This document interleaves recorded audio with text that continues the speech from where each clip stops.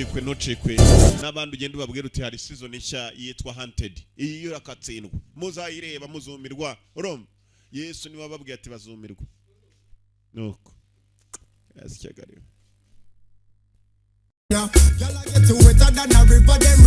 ya questions mukaririmbo ke kanyuma tugatangira party time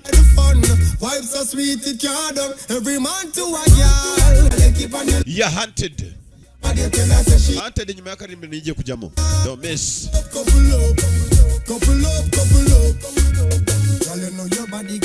akaririmbo nakanyuma tugatangira Hunted. When you watch she road, girl, you know your body good. When you watch she yeah, every girl to a man and every man to a girl. Hot like the sun. Mwabyumvishe cyane abantu b'amatimba babyumva vuba. Ibuka ko dukorera mu muji, ushaka udufilme twacuraza neza ugafata utwo ushaka ku mafaranga make senkisa. Season 2 ya episode 4. Filime isanzwe zibaresha tu. Yes, kagezweho. Muze mwigurire.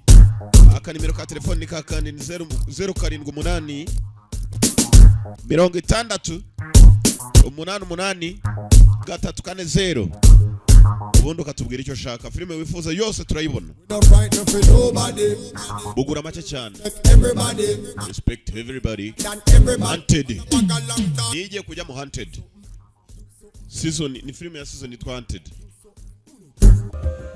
ya filime dutangiye dute abantu bakuru itangira gutyo ukaba irimo kuyibona iri imbere yawe ukabona filime nigaragara neza abantu bakuru mumenye ko filime twarazihenduye zirahendutse cyane uzi ko filime ujya kuyigura ugatizwe Hunted umuhigo Max Cinemax original series nabaduteguriye neza cyane reka mbasomera amazina Cinemax presents bafatanyije na BBC hey Chan in association with BBC Melissa George akarimo cyane Adam Ryher akarimo cyane Stefan Dier akarimo Stefan Harvey urumva musetsiki niba narize namaze yes kagezweho cyangwa mugira ngo ndeke kubasomera mere nka yakunurya rakitwa n'uburoro kijyaho kikabeshya abantu ugasanga abantu bakuru bicaye yewe njya mbaseka cyane cyangwa kiriya ngo ni pipi yajya kugusomera amazina reka nsomera n'izina ry'icyongereza mvuko risoma Jalaleka kwanza hariya sasa Jalaleka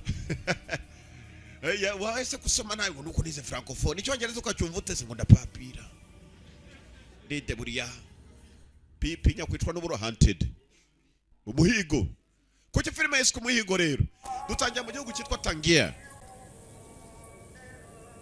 nabajwe wumva barimo gukora iki kwazina batoye iki hazana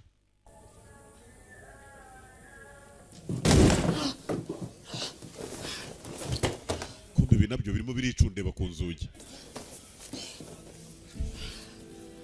ahubwo se biricundeba ku nzugi kimwe gisunika ikindi murabona badasunikana n'umujinya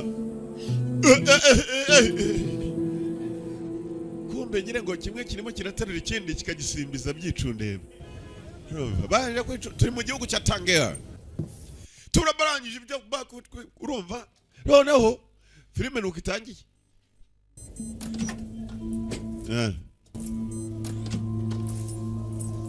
ngabo bwaciye mu gitondo arimo kugenda ko umukobwa aramucunze maze yahindukira kumureba undi agasinzira kikuvuga ko wasanga ari babandi bikorera nk'abamatimba n'ugucunga maze agacunga ushize utunote mu gitondo akatwegukana ese sheri byagenze bitemenya ari imbe bazayariye kobwa ngo uyarareba nibarebe kobwa arafite ijisho bakobwa b'igahanga namwe bwaje uri umeze neza umukobwa tumeze neza ndimo ndatekereza uratekereza iki ngabo no Faransa Frenchman ça va tu es ça va oui je suis un peu ça va narize abantu bakunda iminaza ariko nizi bakomeza kugenda baracyari muri cya gihugu cya Tangier umugabo afite agafaranga urareba iyo modoka reba kunireba ni nk'umwana w'umuntu ibikobwa ni byinshi rusha by'amatimba hano byakanuye ibyijisho wajya ngo ni kurudofese bijisho biba bitukura gusa wajya mu bararirondo nako bararirara nari nibagiwe udukiri hariya iyo ureba imodoka ubundi ukamenya no mu mufuka w'umuntu uko ahagaze wareba umuntu asanga rutuma ivuye ku ntoryi ukamenya uko ahagaze mu mufuka ubwo ndavuga basobanura filime. J'ai une petite affaire à régler avant d'aller à l'aéroport. Hari business ugomba kurangiza mbere yuko ujya ku kibuga. Ça t'arrange de m'attendre ici? Hari ikibazo negereje hano. Urumbaza mu Gifaransa. Allez, viens. Ngaho ngwino gira. Ngwino tujyane basi. Ngabo nguyu hano. Ntabwo mwabyumvaga mu Gifaransa bajya bahakana harya ni bande. Muraza kwemera. Yes, yeah. On y va? Uraza kuza cyangwa? Bakomeza kujyanirana. Agakobwa karatekereza byinshi mwibuke yabyutse karimo kumucunga. Tangia afite business agomba kurangiza mbere yuko bagera ku kibuga cy'indege. Kobwa aracungaho baca hose niba afite ubwoba niba ni simbiza ariko jewe meruka cyajye bicundeba. Barimo kugenda acunganwa n'abantu bari hano. Uyu business agiye kurangiza sinzi zarizo. Kobwa agacunga hasi aracunga n'akandagira. Mbere yuko ajya ku kibuga cy'indege ngo bagende. Attends-moi ici. Negereza hano. Umuzemererega abakana muri hafi kwemera. Hasike. Hari umugabo yagiye kwifungirana. Igikobwa kirareba.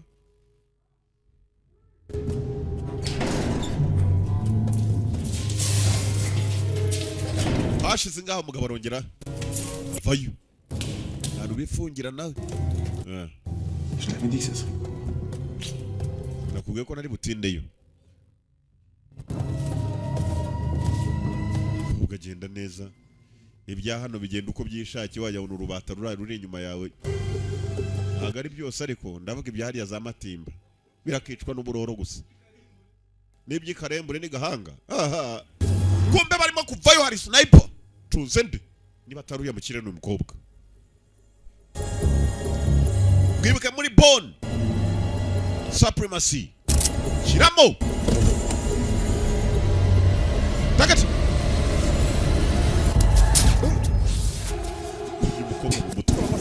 Pemye umukobwa mu mutwe.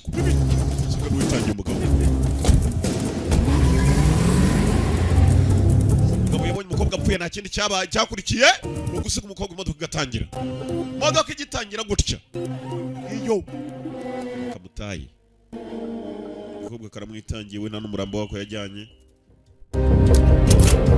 Umaze gukora ibyo akora arangiriza bavuye imbunda ye. Ciao mukarage. Asa nazo ntabwo zitinda imbangukira gutabara.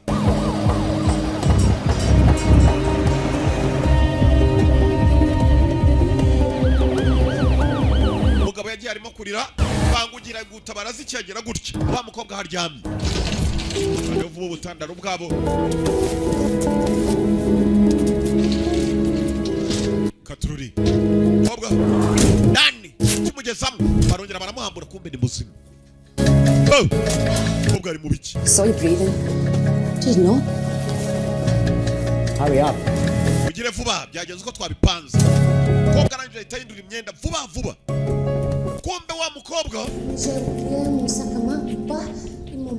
niba igikapu cyanjye kirimo passport yanjye kirimo ibintu byose.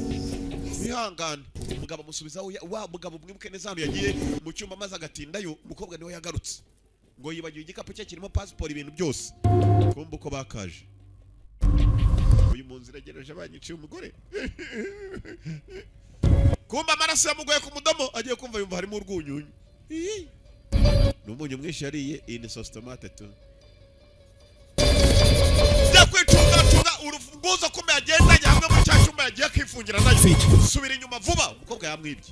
Umukobwa yamwibye mwagiye mwitondera abakobwa b'iyi minsi ko tari abantu. Kumbe dore n'icyarashe umukobwa bose bari muri deal umwe umugabo yagiye ifungirana mu cyumba ngo ndaje ntabwo ninda. Kumbe igikobwa cyamwibye urufunguzo. Urakose dore ni iki ngiki nari niba. Yewe kobwa. Hunted. filime yiswe wahizwe cyangwa se umuhigo uguzo kwa boss cyagiye boss agisohoka igikobwa nibwo cyamukokoye ngeze mindani kumbe umuntu bari bafungiranye mu You're in pain, but you have to move quickly and do exactly what I say. You understand? Yes. urakora ibyo ngubwira kugira ngo turebe ko twakira uranyumva ndati cyane Going. So we're safe. agarara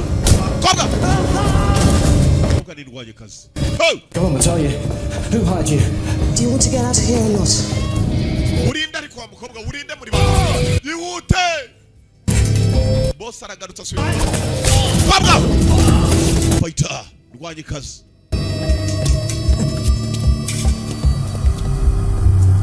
kigera hano You're on time. Well, I thought I'd make the effort. wagereye mu gihe It's a special occasion. rimwe na rimwe niko bigenda iyo umuntu ari mu kazi kihutirwa yahagereye mu gihe hari undi wagombaga kuza maze agatabara umukobwa n'uyu musore n'uyu mugabo bafite n'undi mugenzi wabo kigabo baragitorokesheje nicyo cyari gifunze Where are you taking me? What's going on? n'ikijya mbere babanza kumusuzuma ibikumwe barebe ko umuntu bashaka ari we Yep. niwe The rest out. urakomeza uruhuke mo gato Go. gende bamuteye ibiserumu arasinzira nako ibintu by'ibiti barangije vite vuba vite we ukapfa we vite kujya kuhagera barimo kuza vite ngakariye bose abona agakobwa gacaho hunted muhigo niyo turora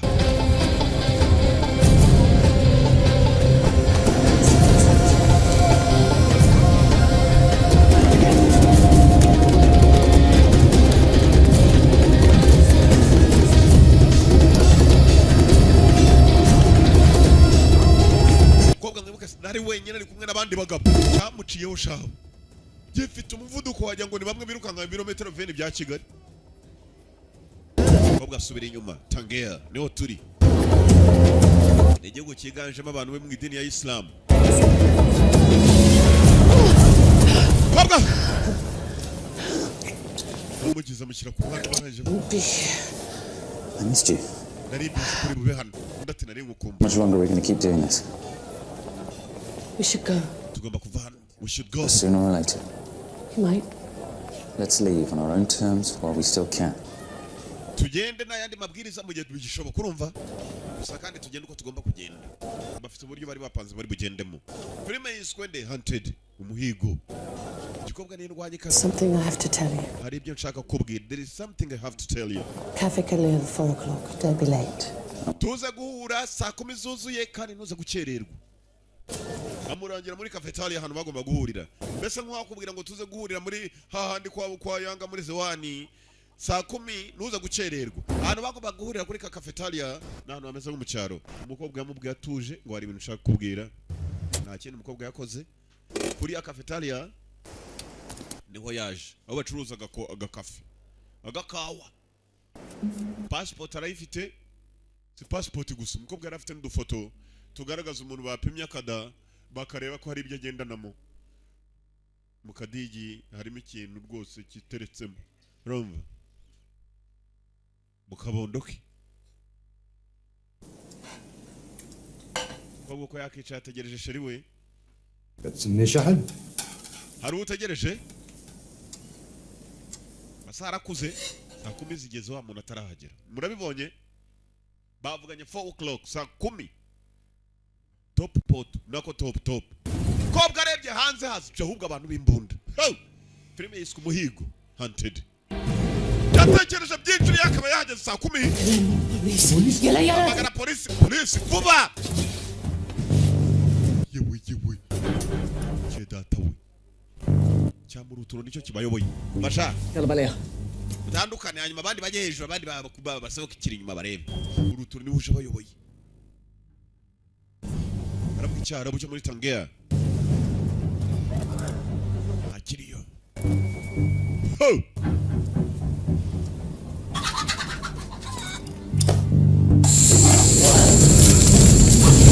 yawe kobwa kumbe ari mu gikoni baya indwanye kazi umusirikare kazi kobwa mwiza w'umusirikare tekereza ushatse umukobwa nk'uyu sha mu rugo yazagucanga barahiga bahiga filime yiswe umuhigo aho uhiga hinduka umuhigo hunted akiri inyuma barareba twebwe narebye twe kono urucucu hano rurimo kuza amenya ko nanyiri igitucu yaraje birimo gupfa we birimo gupfa ibi bintu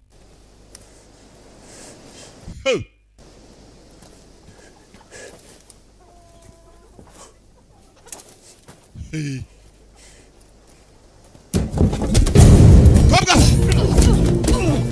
Kwani kazi!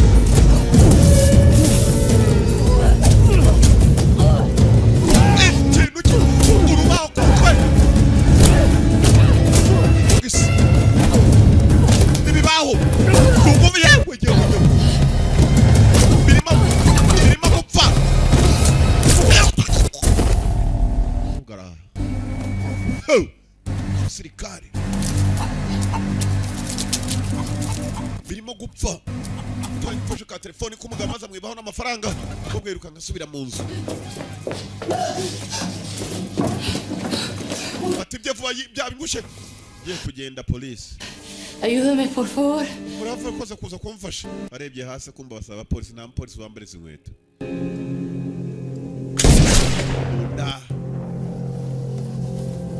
nda umudamu yari maze kwipima agafoto yari mukanya afite agafoto kagaragaza ko mu nda ari umuntu arafite icyo agenda n'amabara murashe ntabwo byagarukiyeho umusirikare mugenzi hashize umwaka iminsi maze kwihirika mu mwaka wose mukobwa bamaze kumurasa umukobwa yapfuye nabi mwebwe muricaye mu mwaka wose murareba iyi filime na kamurari mu mwamaye sha ntanganye ubusurira umukobwa amaze gushira umwaka dore kadahumeka wajya unika Olivier Kacongo no ari gihe kaje gahagarara kaza guca uri kadahumeka cyangwa ujya mirimo yo gukanga inyoni usanga kakwezi nko kora karimo kubahabura aho ngaho ngo ziriya filime tureba tuzi karate byahehe nakumaze guhita tugaruka hakuno hari umuntu watendaga muri douche wa mukobwa sinzi ukuntu yaje kurokoka aracyari muzima 1 year later twabonye hashize umwaka kobwa nago bigarukiraho ahubwo hari ahantu hagaragaza ko bamushinguye bashinguye utari we ni muzima ahora muri siporo sinzi katurore tange yamenya yaravuyeyo ahandi hantu kure cyane kora siporo kurira imisozi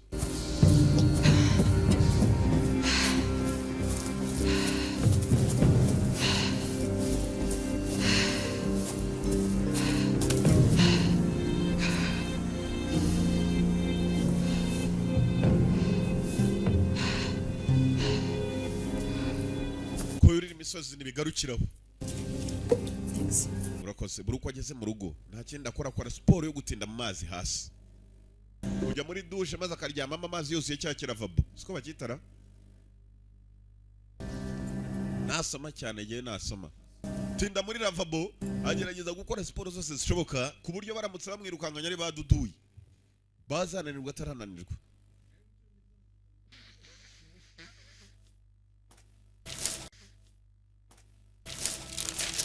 nyamakuru amanywa nijoro arabisoma yo gucunga neza hari ikinyamakuru cyasohotse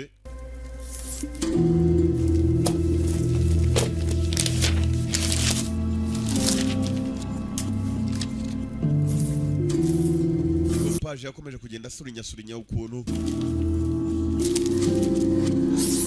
page umusirikare kandi aza kwikorera iperereza hari ubucuruzi bwari bugiye kujya mbere bw'amamiliyoni n'amamiliyoni y'amadolari za miliyari z'amadolari mukobwa buri uko arimo gusurinya menya kundi biraka nk'ibyo ngibyo sinzi uko bigenda ariko katurori n'ubucuruzi bwagomba kujya mbere yari ibana wenyine mu rugo kuva cyagiye bamurasa bakamupema mukada yari atwita umwana sinzi ko umwana yabayeho aheka ahenshi ubu hari igihe abantu babarasa iyo bakurashe mu nda ukarokoka ikibini mu gatuza no mu rutwe nako mu mutwe shubwo musetsi iki niba ari amenyo manini mbonye niba ari uguseka ni byinshi yibuka kombe ntabwo bigarukiraho mu nzu y'uyu mukobwa harimo ibifoto byinshi by'abantu abo bakoranye nawe abagabo bakoranaga n'umukobwa sabo ngabo gusaba boss babo abo yagiye agambanira ubwabo harimo na wa mugabo wa mbere wibaje abanje kugambanira abahanganye nabo bose abahanganye nawe umukobwa akomeje kubigaho afite icyumba cy'umwihariko agenda maze agacengeramo kiri muri parafo hejuru nicyo yicara maze akiga kuri buri muntu yarongeye maze yiga kuri wa muntu yari yabwiye ngo bahure saa kumi ntiyahageraho ngo baza bamurasa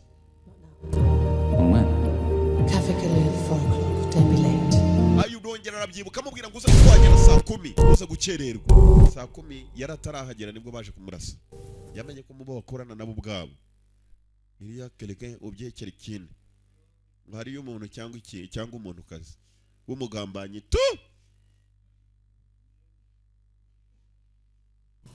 ko bitekerezaho byamuriye mu mutima tekereza ninde mugambanira ninde wamugambaniye yaba ari yanshutiye cyangwa bamwe bambere bakoranye bamwe bari muri ambulance mbangukira gutabara umutima mutindamo ko yakicaye mugenzi ntaho kwizera uhari hashize umwaka wose narasubira mu kazi ahora yihishe ukwisha ko aragira amaze akigunga kibuka byinshi yatangiye gufotoramo ari kumwe n'akana k'agakobwa agafotoramo n'abakiri mutoya hano hantu hari iwabo nta muntu wigeze ahamenya ni ukuvuga hatuye wenyine nta n'umuntu ubizi aribuka byinshi ntabwo ari uko byakabaye abo bakorana ngo bamugambanire aribuka umunsi ava muri urwo rugo bagenda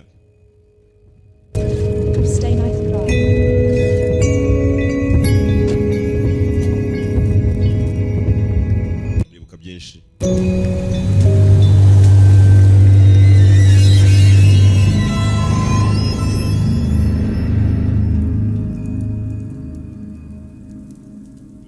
akanatekereza yaza kuba adafite hano hantu ashobora kwihisha munsi akaba yari umupfu nyuma aratinda mu mazi maze yava yakarebaho utu twondo turimo kumeneka tugeze shaka kumenya yatinda mu mazi bingana iki umwanya ungana iki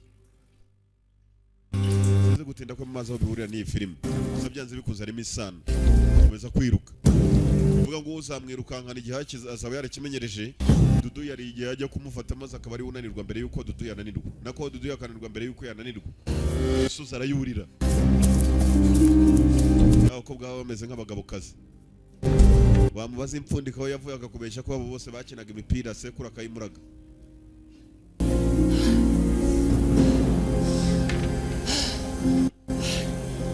ari hano maze gucunga urugendo yirukanka agacunga ukuntu atinda mu mazi aracunganwa n'igihacye gusa menye ashobora kuzajya kwihorera katurori Kagezweho hunted kuri inco yavuye matinze cyane twatwondo twamanukaga turimo no gushiramo tangiye kumunezeza kanga maze yongeza umuvuduko umuntu ukurira umusozi atabanje kuruhukamo na gatoye katurori maze kugenda amenyereje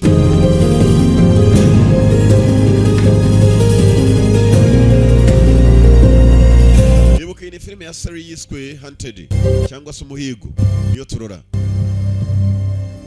uzishaka mu mujyi turahakorera hariya nko kwa Rubangara si kwa Rubangara harya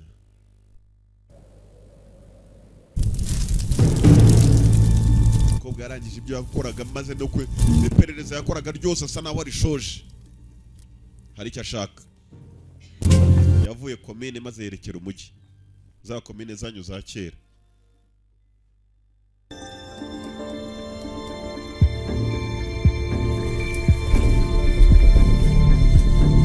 hari igitabo atajya asiga niba ari ikibironda vuye mu cyaro nta kazu ke yifitiye wenyine na wundi muntu wari ukazi yerekera tawuni turageze muri tawuni ugi uwamugambaniye we n'abakaguyeho to araza kukabona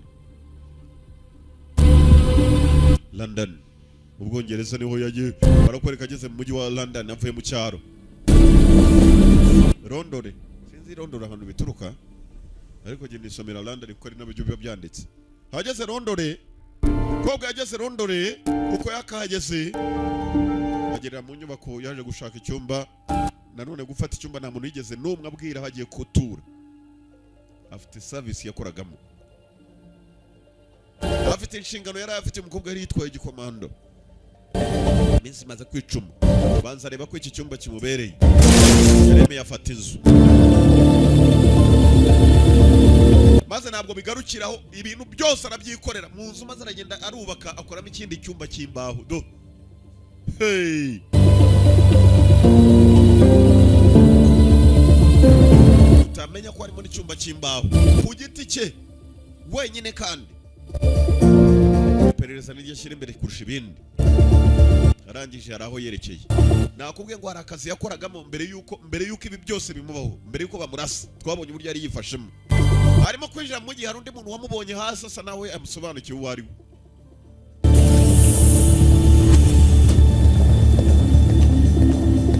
umukobwa yakoraga muri MI6 MI6 ni ikigo gishinzwe iperereza cyo mu Bwongereza icyo muri Amerika cyitwa CIA Central Intelligence Agency kwa boss. Every second I open my eyes each morning, I consider the infinite variables of chaos that can occur during a working day, because I like to be one step ahead. I don't like to be on the back foot. Buruko nafunguraga amaso yanjye nakomezaga kubona ibintu bisa naho hari ibibazo igihe cyose waba uri mu kazi. Hanyuma ngatekereza kuzagaruka cyangwa se wapfuye. Simbona amaguru yawe. Now, none, because of all the infinite variables of chaos that I pondered this morning, the one that never crossed my mind was that you'd be standing in front of me. Umuntu nigeze ntekereza kumara umwaka muzima muri aga kanya binunguye kubona ko natekereje ko wanagaruka ukaba uhagaze imbere yanjye. An explanation would be good. I decided to retire. Just I like to retire. I like to retire. Nishimiye kuba nafata ikiruhuko. Decision's not yours to make. Ntabwo ari ko ari uburenganzira bwawe kwihitiramo ikiruhuko. I think I changed my mind then. Nanjye nahinduye intekerezo nicyo kingaruye. What's up? Bite man. Dore cyane. Sam. Deacon. Thought you were dead. Ndaketse ko apfuye. Guess not. Ndatomboza ko napfuye jewe. Guess not. Guess ni ugutomboza. Ngenda tomboza ko napfuye. Uyitwa Deacon umukobwa yitwa Sam. He disappeared without trace for over a year. Warabuze ni twebwe abantu ba mbere tuzi guhiga turakubura mpaka umwaka urarangira. Daily signals placed in 24 newspapers for the last 6 months. Wanditswe mu binyamakuru 24 mu mezi 6 yose umaze kubura. Reading the papers. Turimo kugushakisha n'ibyo binyamakuru sinigeze mbibona. Mwibuke neza ibinyamakuru hari ibinyamakuru umukobwa yasomaga buri munsi akabika. Where'd you go? Sightseeing. Sightseeing. I was tired. Nari naniwe. I needed a change of scenery. Nashakaga kujya ngo mbe naruhuka mpindure n'imyitwarire yanjye kumbe umukobwa arabeje baramurashe arangije arabura. Ntabwo aravuga ko bana murashe. Take a polygraph. You can beat a polygraph. We need to know where you've been, Sam. Turashaka kumenya hano wari uri Sam. Wasanga wari kumwe na Dudu irimo kutugambanira. To tell you. Ntabwo mpamvu yo kubabwira. Question is whether you can still trust me. You can. Ikibazo ni niba mushobora kuba mwakomeza kunyizera mwanyizera. To come back to work. I'm your best operative. Urakeka ko uje hano suri mu kiraro rugendo cyangwa waje hano kutuganiriza umva ndi umwe mu bakozi banyu beza. I'm your best operative. Arimo arabwira boss. On the block for you. I still have to report up, you know. I still have to deal with the questions. Uramutse usubiye mu kazi nanjye mfite ngomba guha amakuru turabanza tugira ibyo tukubaza. You think about the chaos you unleashed. Do I get my job back? Uri uzi neza ibibazo wateje undi ati muransubiza akazi. Ngweki urugi nguru riyasohoka kugenda. Subira wavuye. Hey, inamahirwe kubugarutse muri service nk'iyi ngiyi warayivuyemo bakakure kugenda amahoro. Baramubwiye ngo niyigendere. Dikon ntabwo yamwizeye Dikon ni mukarage ariko se nkaho wakwicaye. Duhekenya dushize hanze kicwe n'umuroro. Yes. Dikon yarebye boss baba mwise K.G.L. Rero bisobanura kwica. Nta mikino afite. Imirimo bakora mwayibonye muri Tangea. Umukobwa yavuyeyo nta muntu n'umwe avugishije arongera hisubirira harara. Niba baramunetse bakurikirana hajya nibyo utambaza. Baketse ko ashobora kuba yarakoranye n'abanzi b'igihugu cy'Ubwongereza. Fata ka telefone. Here tomorrow 0800. Mu gitondo uze kongeraho amasaha y'akazi. Boss arahamagara. Barongeye baramuhamagara ibyo byose barangurura tu. Baranjyana munsi ya ndabyemeye. Hari utumeza twitwa ndabyemeye. Bakunaga urutwe maze warangiza ukemera byose. Bakiraho bari mu nama. Well. Look, People drag their ass back in the door. Sam, good to see you too. Nagatangaza ugarutse utase kandi ni byiza namwe kubabona nta magambo menshi. Nice boots. Wambaye inkweto nziza. Thanks. Urakoze. Put your tongue back in your head. Sam, right? Sam, Ian Fox. Fox is ex-Special Forces. Banyita Fox. Fox uyu nguyu ubona yahoze ari wa Special Forces. New to the private sector. Yahoze ari mu ngabo zidasanzwe muri aka kanya yagiye mu byo ku giti cye muri kuritaje mu kazi. Really looking forward to it. Bravo, nari umusirikare. Wamaze. Morning. Morning. What's boss K.G.L? Let's start. Okay.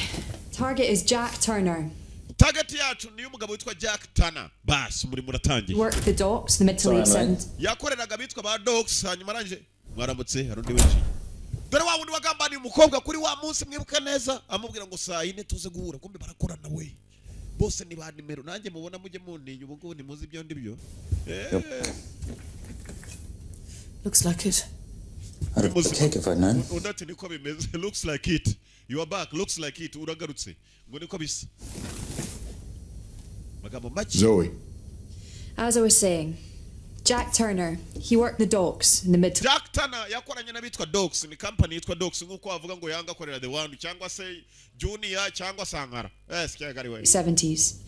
Aho hari muri za 70. Extortion, blackmail, you name it. Yashimutaga abantu yaricaga icyo washaka cyose And ukakivuga. after they shut down, he went into property. He made a killing on the Docklands.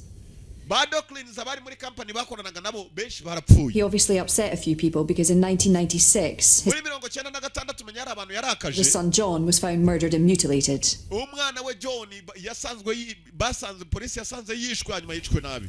Jack played the market shrewdly. Now runs his investments out of a townhouse off Regent's Park. Personal wealth. Jack yaje kuba umucuruzi ukomeye cyane arangije gucuruza ubwe ntabwo bwagarukiye aho numwe mu batunze za miliyari z'amadolari bari In hano. excess of 300 million. Blimey. Yatangiranye miliyoni 300. Questions regarding how Azamuka Mr. bidasanzwe iyo nzu mubona nayo ihagaze miliyoni 300. business associates have disappeared or Bamwe mu bakoranaga bagiye babura turned up dead. abandi Turner is currently bidding to acquire the Upper Khyber Dam. It's a arimo arashaka kuba yajya kugura Opkaid Dam. £1 hydroelectric facility. Ni ahantu bacukurira za peteroli. The Pakistani Minister for Privatization is Hanyuma akaba hari muri Pakistan gusa minisitiri ushinzwe kuba yacuruza ibigo bya handing it leta off to the highest bidder against aremera kuba yacuruza icyo kigo gicukura za peteroli ku muntu uzatanga amafaranga fierce menshi. political opposition. Gusa nanone hari umuntu utarimo kwemera ko Jack Turner ashobora gufatira iryo soko akaba ari Presidential candidate Fatima Zahir yitwa Fatima Zahir. Fatuma ngo ntabwo yemera kuba yagurisha Jack Turner ahantu. has vowed to block the sale. We aravuga ko aramutse abaturage bamutoye ngo atazemera ko aho hantu hacukurwa peteroli Wins yagurishwa the election next month. kandi ashobora kuzatsinda amatora ukwezi gutaha next month. Sasa reba ukuntu abantu bapanga bagapangira mu Bwongereza bemeza uzatorwa n'utazatorwa ngaba batangiye kumupangira tayari. Utility seems a bit out of Mr. Turner's league. He's staking his entire fortune on it, so he'll use all his old tricks to ensure he won't. Tana ndabona ariko byanze bikunze niba mwifuza ko yatsinda arimo aratanga amafaranga yose afite kugira ngo abone icyo kigo. And our client wants to ensure that he loses. Yeah, but not until we find out what Umukiriya wacu ntabwo ashaka ko Turner ari uhagura. Umukiriya wacu ni ushaka kugura aho hantu. Mr. Turner's game really is. Gusa nanone kugira ngo tube Turner yatsindwa mu marushanwa yo kuba bajya kugura icyo kigo Agenda nuko tugomba kwinjira mu bye byose tukamenya umukino uko azawukina. behind the agenda. Niko So bimeze. play. None Sam will umukino be the drawer. Sam tugiye kumukoresha ni uri bwinjireyo akajya kumenya uko umukino ukinwa. Sam ni wa mukobwa The wagarutse. target? Stephen Turner, Target ninde? Target ni witwa Stephen Turner. surviving son. Uwo niwe muhungu warokotse wenyine wa Jack Turner. He's public school educated. He's a lawyer. Uwo mugabo yize ibintu bijyanye n'ubucamanza na avoka. Widowed, with a young son, Edward, aged Afite akana k'agahungu kitwa Edward nawe ni umupfakazi. Uwo mugabo nako ni umupfagabo. 10. They live in the Regent's Park house with Jack. What happened to the mother? Suicide. Nyina Last wakane year. yakoze iki yari yahuye. Jack Turner is controlling and aggressive. It won't be easy getting to Stephen. Jack Turner ntabwo wapfa kumwishyirira wa mukobwa we Sam byitondere kuriya mugabo ntabwo byoroshye nta n'umuntu ajya yorohera n'umwe. Or giving him a reason to trust. Umugabo nari umusaza. Plan? Study the files. We have a lot of prep and not a lot of time. Dufite igihe gito ntabwo dufite kirekire. Buri wese araza kubona ibyandiko ku itumanaho rye. Kabwo arangije ahita asohoka. Bamuhaye gahunda no kujya kuneka umusaza witwa Jack Turner. afite umusore witwa Steven Tanner niwe target naza kugira ngo rero ujye kuneka neza bagutega igikobwa cyiza nawe ukagenda urobye kumbekeje kugukurura amagambo ubwo barakimuteze ngiki nibwo cyari kigaruka mu kazi yaje ejo mu gitondo bahise bamusubiza mu job uyu mukobwa ntago bazi cyamugaruye gusa umukobwa arimo kugenda dore wa wundi umukobwa ceka ko yamugambaniye uyu wa mugabo yari yavuze ngo bahure saa 10 umukobwa yagiye ikigabo kimukurikiye bombi nabatasi ubundi baravuga ngo hejuru y'umumenyi habiki ngo kandi nuwirukanga cyane ari imbere ngo iyo atarebye neza aba hari uwamusize atabizi cyangwa se hari umukurikiye ushaka umucaho wagambaniye umukobwa ubu nawe ari mu byago niba ari uyu mugabo umukurikiye nibyo nazi yabonye igikobwa kigenda cyihuta nawe aragikurikira ageze kuri gari ya moshi yafunze kigihagazemo amushenzi we singucishe cyari cyamubonye filime yiswe Hunted umuhigo yes yegari we berega mu busurira ariko nicyatumye mvuka jewe nukubanezeza sa amafaranga ndabizi ntayo mugira bajye kugira w'ikigabo kiri muzo. What do you expect? I'm a spy. Watekerezaga iki ndi umunetsi? What did you expect? I'm a spy. Oh. Watekereje ko ndi buyoberwe wawe ndi umunetsi? Birimira. Filime yiswe Hunted. Hano ni heza. You've seen it, you can go now. Wahabonye ngaho ugenda. You'd come back, Sam. You couldn't stay away, even if it meant they tried killing you again. How did you Sam, icyakugaruye no kujya ngo uvumbura umuntu washatse kukwica agerageze kukwica nanone. know anyone did? Sam, that cafe was a bloodbath. Is that what you... Wamenye utese ko bashatse kunyica. Umva ya cafe twagomba guhuriramo it was a bloodbath. Na ahantu wagira ngo bakarabiye amaraso. You'll kill? K.L doesn't know. Or at least I didn't tell him. Niba atari we ni K.L ntago yagiyiza kuri ibyo bintu. K.L ni boss wabo. Mwihangane gato barimo barihutisha amagambo kandi hano niho ruzingiye. I knew you'd come back, Sam. You couldn't stay away, even if it meant they tried killing you again. How did you know anyone did? Sam, that cafe was a bloodbath. Is that... Sam, your cafe wagira ngo abantu bakarabiye amaraso. It was a bloodbath. Did you tell K.L? K.L doesn't know. Or at least I didn't tell him. Why not? I figured if you didn't report in, you must have your reasons. Naje kumenya ko utapfuye agomba kuba ari impamvu zitatumye ugaruka mu kazi. Gusa namenye ko utapfuye. No, I wasn't dead. Wamenye ute ko napfuye? Ikigabo gitangira kumuganirira. Baramurashije abo. Wetagera. Koka. Koko.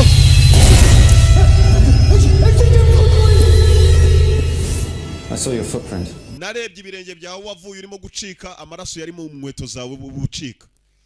Not a pulse in the place. Sam, what happened? Sam It was set up. naragambaniwe. Amajije ko byagenze umukobwa ati there was a setup. Nande. You think it was me?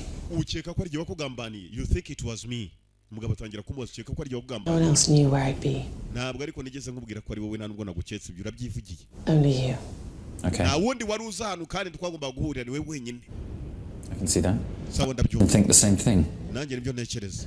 Except it's me you're talking about, Sam. Nta wundi koko Sam wari gukeka atari giye nanjye urimo kubwira. So someone else found out where I'd be. That's right, they must have. How? Bamenye bataho narindi hagomba kuba hari uwamenya aho uri. Don't know.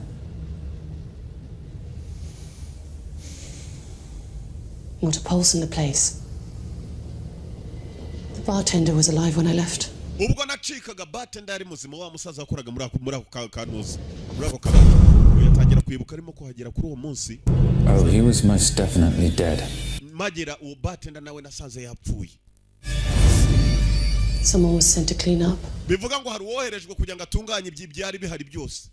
Someone was sent to clean up. Sort of thing you're good at. Kugira ngo werekane ko atari wanyishe mazuza nyuma.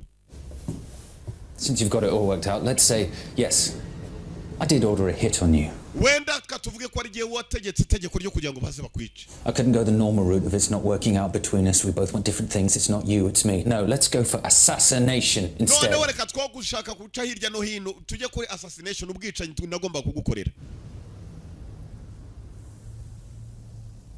But why would I want to kill my own child? None se nigutegewe nashatse kukwica ngashaka no kwica umwana wanjye.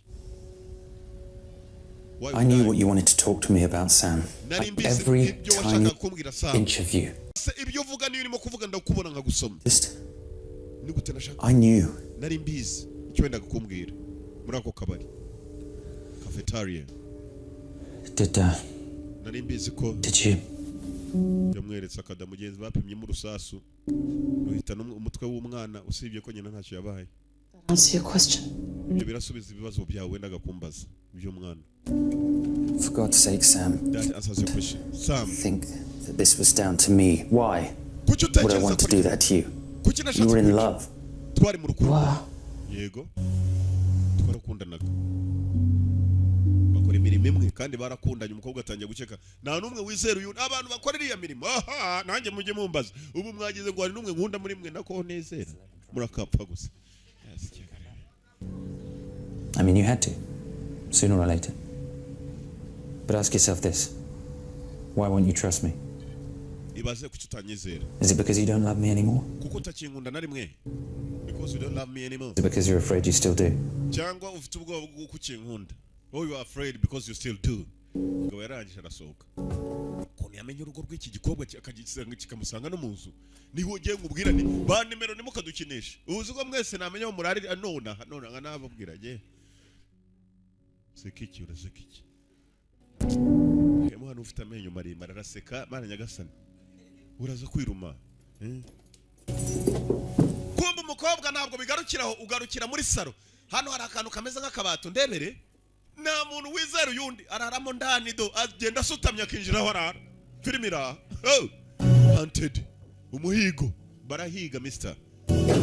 Hano ni nawe ari office udo. Hakurya yashize imbaho arangije maze aragenda arakotera neza. Yaranabyikoreye hano hari n'idirishya ushaka kumupima nabwo uri hanze aba yakubonye. Arangije atangira kwiga kuri buri muntu wese bakoranye. Ninde washatse kumwica cyagihe?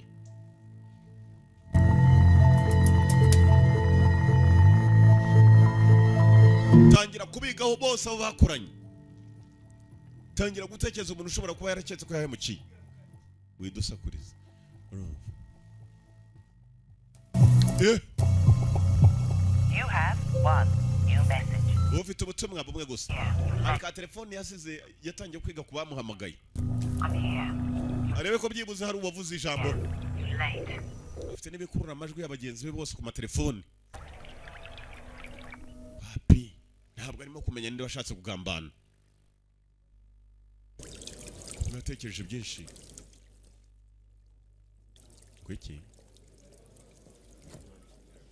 Gugiki? Yamuhaye ikintu abakobwa ntibarimo hano mwamuhaye ibintu by'iguniro mukagira.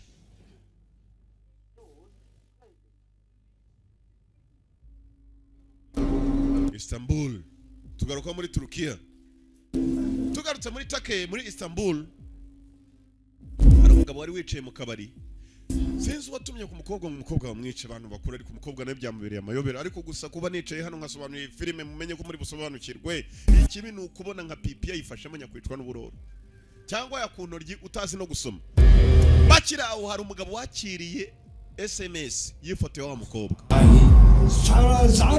Yari umukobwa muto afite nk'imyaka za 30. Wakiriye SMS y'umukobwa yatangiye kwibuka uwo munsi yajeje kurangiza umukobwa maze nawe wishe nyirukabari. SMS arayibonye sinzi uyimuhaye umukobwa aribaza ninde washatse kumwica. Ikigabo twe tukibonyeho kirimo gufotoramo uwo munsi umukobwa hava nacyo kishe uwo musaza. Filmira. Umukobwa aratekereza byinshi. Ikigabo cyicariye muri Istanbul muri Turukiya umukobwa ari mu Bwongereza. Ni ibihugu bitandukanye cyane. Kuva hano muri Afurika kujya muri Turukiya ibarirwa mu Burayi ariko igihugu nacyo cy'Abarabu kuntu. Nicyo gihugu gihuza Afurika no Burayi. Turkey.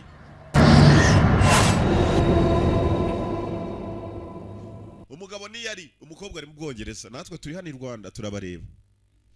Tujye tureba abaginga ariko. Turebe bihanganiye hakurya. Nuko hakurya y'amazi. Umukobwa yakomeje gutekereza n'ubujya mbere y'amayobera.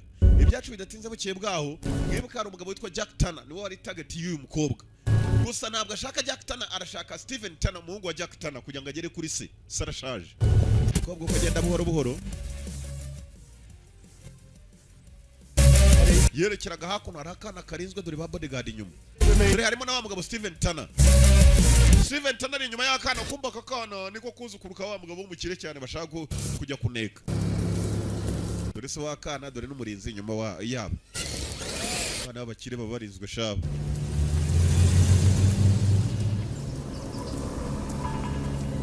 bodyguard inyuma papa w'umwana hagati hakuno indi modoka yazaga isa n'icunga kakana amenya sinzi niba bashaka gushimuta niba ari ibiki hafi aho ni nawe wa mukobwa yagenderaga katurori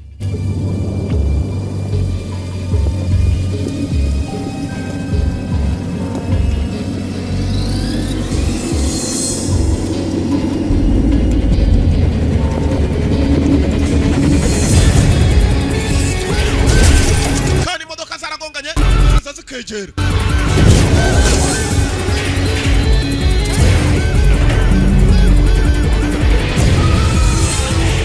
imodoka yitambitse akana barangije wa mudamu arareba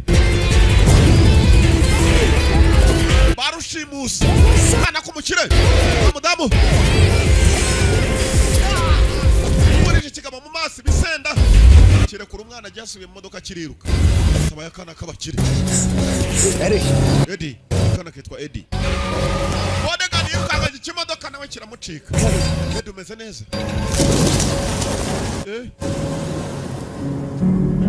Umbe byose ni bipangano babipanze nguriya mukobwa wa mujombe yo ajye mu bakire Dore wabo bakire dore amazu we dore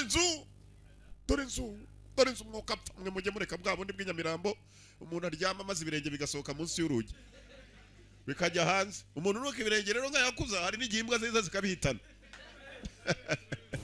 dore inzu wo kapfa rugo cyakana umeze sawa umeze okay You're okay. umeze okay Peace. aranyura akagabo kimenya kurwana soko kuru n'umukira cyane ariko uyu musaza ngo kubona amafaranga ye ubwicanyi yakoze subwina hafi Eddie? Yeah, Eddie. yeah. Of course you are.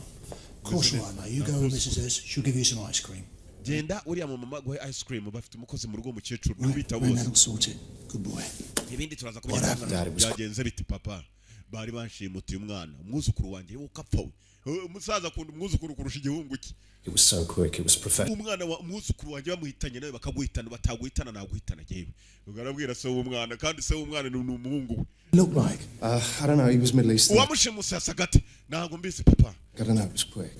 gusa byari byihuse Who's this? That is Alex Kent, she said. yitwa Alex umukobwa Got the ID? ufite indangamuntu muze afite igihuje hano yacyarakuze arakubaza nta bintu byinshi nta masantima zanawe Christ's sake. ID. indangamuntu ndayifite yikurayo Yank. What are you, tourist?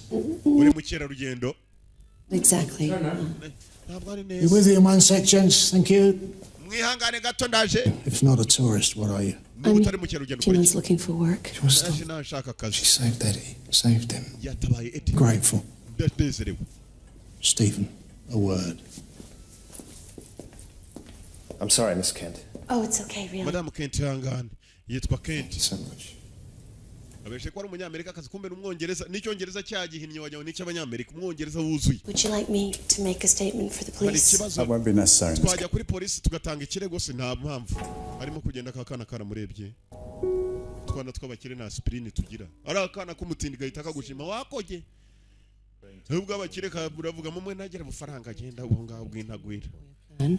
For the greater good. Since when was one of our clients interested in... mwihangane gatoya sasa umudamu yavuyeyo ahita ajya ku kazi kwa boss K.G.L You wanted to see me? ushaka kumbona Crane tells me it all went according to plan. If you could bambwiye ko ibintu byagenze nk'uko twari twabipanze terrifying a 10-year-old boy a plan. niba mwita ibintu nka biriya gahunda ibintu byo gukanga umwana w'imyaka 10 mukamukanga bingana kuriya Greater good. Since when was one of our mutuye clients... turimo gukora akazi ntabwo twita ku byiza cyangwa ibibi dukora job And I took you on, nagushyize mu kazi despite the fact that you lied to me. warambeshye umbeshya ngo ko wari warafashe akaruhuko gusa nakugaruye icyo nshaka nuko ukora akazi And you're still lying to me. kandi na n'ubu uracyambeshye All I have to say, I brought you to this company. navuga iki I gave you a career. and I'm not nijye so good. waguhaye akazi nijye wakwenje muri iyi kampani Expressing your gratitude. Why did you want to see me, Mr. K.G.L? nyakubahwa K.G.L niki cyatumye umpamagaza Breach. Bit of a coincidence, don't you think, springing a leak just as you come back? Are you accusing me? I don't make accusations till I have the evidence to back them urabona up. atari agatangaza kuba napfa kukuzana nkakuzana uri umuhanga mbizi neza ko ushobora no kuzakora ikindi kibi undi When I turimo have it. arashinja bose ntabwo nyashinja mpaka mbonye ibimenyetso simusiga maze kuvumbura ko uri umuhanga gusa sinzi ibiri inyuma y'ibyo ngibyo Suit Sam Hunter. When you're ready to talk, I'm here. usa naho hari icyo urimo guhiga umunsi wabonye ko witeguye ndi hano she's a hunter filime yiswe hunted umukobwa ngo ni umuhizi umunsi yivuje kubwira boss cyo arimo guhiga. Spanking? K.G.L never leaves marks. He just don't like secrets. Boss akubwiye iki? Boss nta muntu numwe ajya yizera. Of course they is. Boss yitwa K.G.L. K.G.L no kwica. Filimi iraha. Right. Kobwa ngo ni umuhizi. Better than that. Murumva mwabahigi mwe ntago ari mwese ariko ndavuga hamwe bimatimba. Kobwa ni umuhigi. Chahiga. The Norwegian firm that would manage the dam. No surprise then. Abagabo niba babonye nabanya Norway. Norway Norvège mu gifaransa. Norway. Barimo barakora na boss. K.Z. Uko nakubwiye. Hello? Hello? Oh, hi, Alex. It's Stephen here. Stephen Bita Kent. Alex ni It's Stephen. your little boy. Umwana meza ate mutoya. Tayari kigabo tangiye kukineka. Ntabwo kibizi cyaho cyarobye to. Yeah, he's fine. He's okay. Umwana meze He's, neza. yeah, he's still a bit shocked, actually. Lots happened to him recently. Usibye ko akikanga ibintu byambayeho ejo umwana yarwaye toroma. Na n'ubwa mbere yarabonye abantu bashimuta abandi kuva yavuka. Abana bakiri ntabwo bajya bamenya ibintu ngibyo bidasobanutse. Ariko kwa kana Kenyamirambo abantu bakatera n'ingumi ngo cyane nanjye turahangana. Babwo aramenyereye bwo ibintu ngibyo. Wondered if I could meet you for a coffee tomorrow. Hari ikibazo ejo duhe. Sure, my schedule's wide open actually. Kuga kawa. Nta kibazo nta kazi mfite ejo twabona. The boathouse, Regent's Park. 3 o'clock. Durire hari hafi ya Dewanu kwa Myasiro hariya muri Yinyo. Ntacyo. Game on. Gahunda irabonetse. Mudamu tayari akazi gashobora gutangira. Icyo ashaka no kwinjira mu rugo rwabo wa Steven. Uwashaka cyane ni wa musaza wa Steven. Mr. Turner? Kwa Turner. Please. Obite. It's Steven Turner. Uyu yitwa Steven Turner. Papa yitwa Jack Turner. I hope you don't mind, but I saw that Eddie. Agahungu kabo kakuzukuru kamuze kitwa Eddie Turner. Thank you. Mwana arimuguriye akamodoka kakandike nabonye ejo bagakandagira. He was asking after you this morning. He wanted to Mungu know. wanjye akumbaje iki gitondo. So sweet. Mbega byiza. Agahungu keza. Hey, tea, please. Nuzanira icyayi. Ntabwo ngabyeri kumbe kandi uyo kicaye cyonyine mu rugo abakomando nk'aba ngaba. Byera yisuka yukajya ngo ningunguru barimo gusukamo. Until I grew up there. Right. Nakuriye muri Amerika. Who do you know in London? No one really Hari uwo mubana se? wanted to make a new start. Oya ndashaka gukora ubuzima bushyashya. Taken a few unexpected turns. Yeah. I'm sorry. Yangana. You're sorry? I know about your car crash last December. Navumbuye ko imodoka yawe yagize accident mu kwa 12 guhise. About that? I know your husband and daughter were killed. Umugore ugabo wawe n'umuhungu wawe barapfuye ndabizi.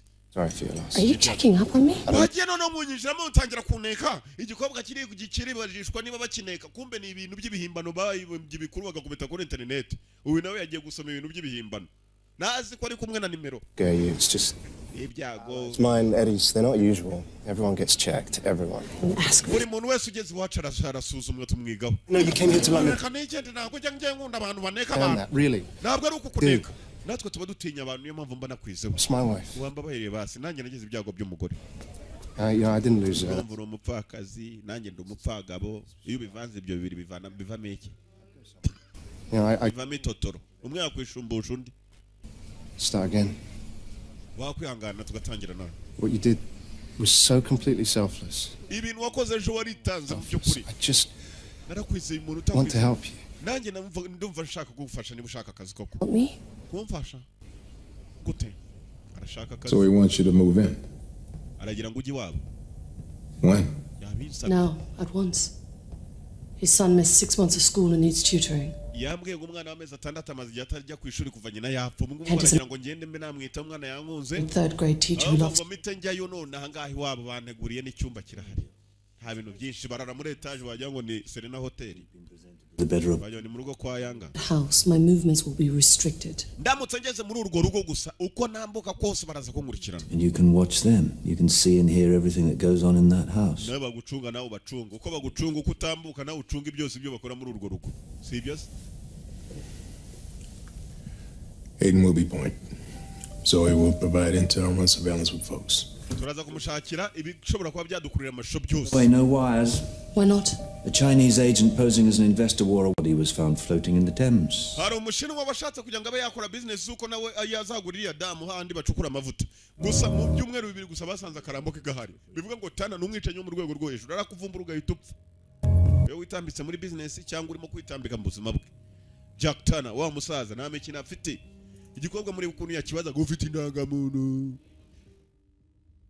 kujya kure muze abasaza nk'aba ari seriye bajya ni impanga zinjiye ari utugabo rwose ubona ukavuga uti biniki ni bikuri niko bateye ni bene wabo wasikari mwuka apfa mwazakuze basanga bitariheba kandi ngo turacyara abana filimi iraha umukobwa arimo aratekereza byinshi menya nawe akiri muto yarahuye n'ibibazo yigeze gusanga nyina yishwe nyina yiciwe ku muhanda abishe nyina baramushimuse arimo arabyibuka byamubayeho nawe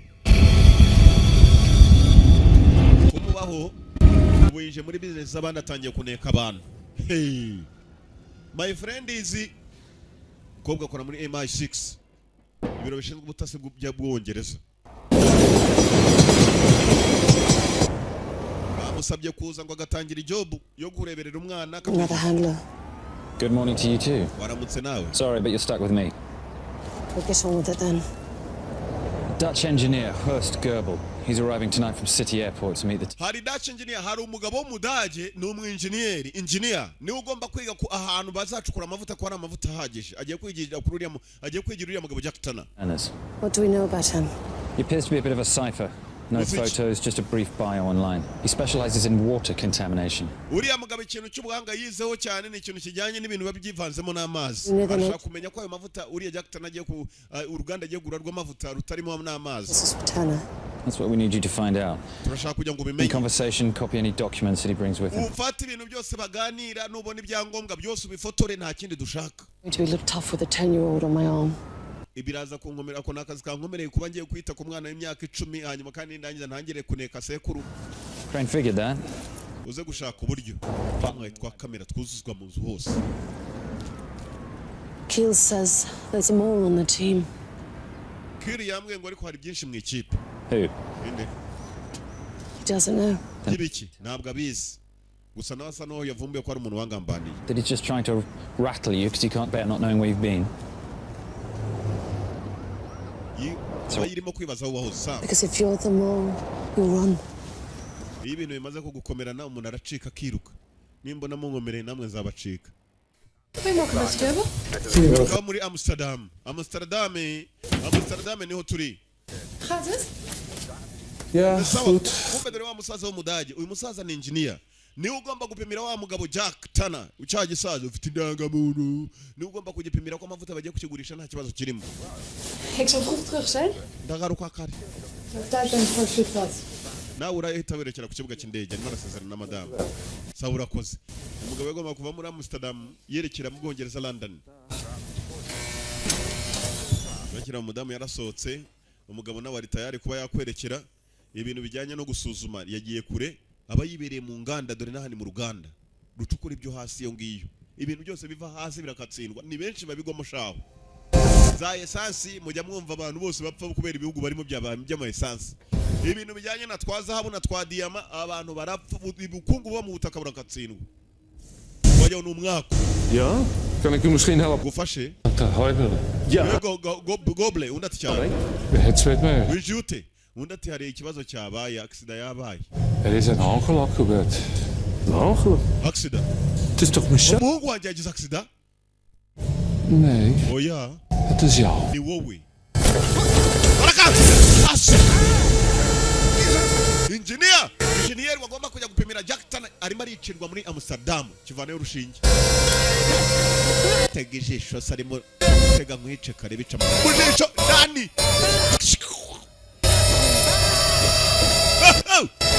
bicanyara igishinge mu jisho bicanyi ziragwira uyu mwicanyi mwibuke neza ni nawe wari muri restaurant muri Istanbul maze kuri telefone ye haza ifoto y'uyu mukobwa Sam none yishe umuntu ugomba kuza muri uru rugo. Have you come to stay for a bit? For a bit. Bite. Your room's on the second floor, it's just across from Eddie's. Mr. Sidwell will show you up. Perfect. Uyu mudamu araza kukwereka inyubako uko iteye ugiye hejuru akwereka aho urara nta kibazo. Basi uyu mudamu hari ikibazo gihari. Ntabwo azi ninde washatse kumwica cyagiye ari muri cya gihugu. Hahandi muri ka cafeteria. Washatse kumwicirayo wishe n'icyo gisaza tubonye arimo kwica undi muntu muri Amsterdam ufite indangamuntu dore ko nareba saza reba nk'imbaga shaho reba nk'ikinyogote dore ko nareba umuhungu we ngwino hano zavuga yitonze kandi n'amakare arica no kwica nta mikino agira. Dore umujinya uri he? What's the matter with you? Ufite ikibazo Marbles or something? Dad, if she hadn't done what she did. Drop her. Papa uriya muntu ibyo yakoze ejo nagatangaza. The grand, thank you very much. End of story. Wari kumushima uti wakoze cyane muri karangirira. For Dad.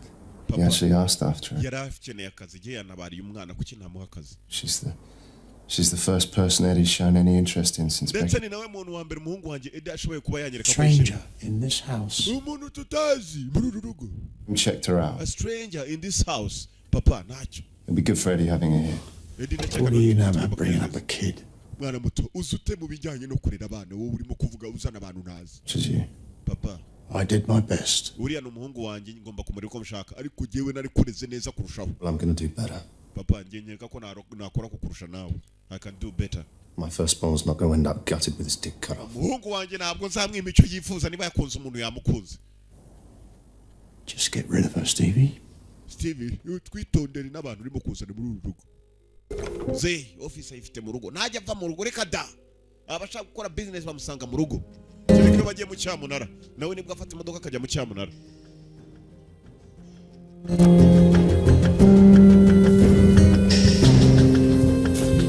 Not even biscuits. Kumbe hakuno. HT. I hate you, HT. It's got that chalky aftertaste. Makes me gag. Agabuko bari hakuno barimo Pasteurized. Barimo barapanga uburyo bagiye gutangira kuneka Jack Tana. Ibyuma babizanye kare umukobwa nawe bamuhaye ibyo agomba gutereka mu rugo bikurura amasho abana baho bari bakayabona. Folks, the reason I left the forces was so I didn't have to keep drinking this shit. Impamvu navuye mu gikomando nagize ngo nze muri iyi service ariho nzaba ninywera amata ko twe turya neza tukanywa neza. Sibye ko n'ubuzima buba mbyago kurusha abandi. Why don't you? That's very painful to me, you know. You're causing me pain. Birababaje amata ntabwo giye nayanywa. Amata ntabwo aryoha nk'ay'intuza. Urumva? K.G.L wanted him. You trust him? Hell, I don't trust you. Uriya musore watuzanyemo uramwizeye ni uko nakwizeye nta muntu wizeye yundi hano. No, nobody leaves unless specifically ordered.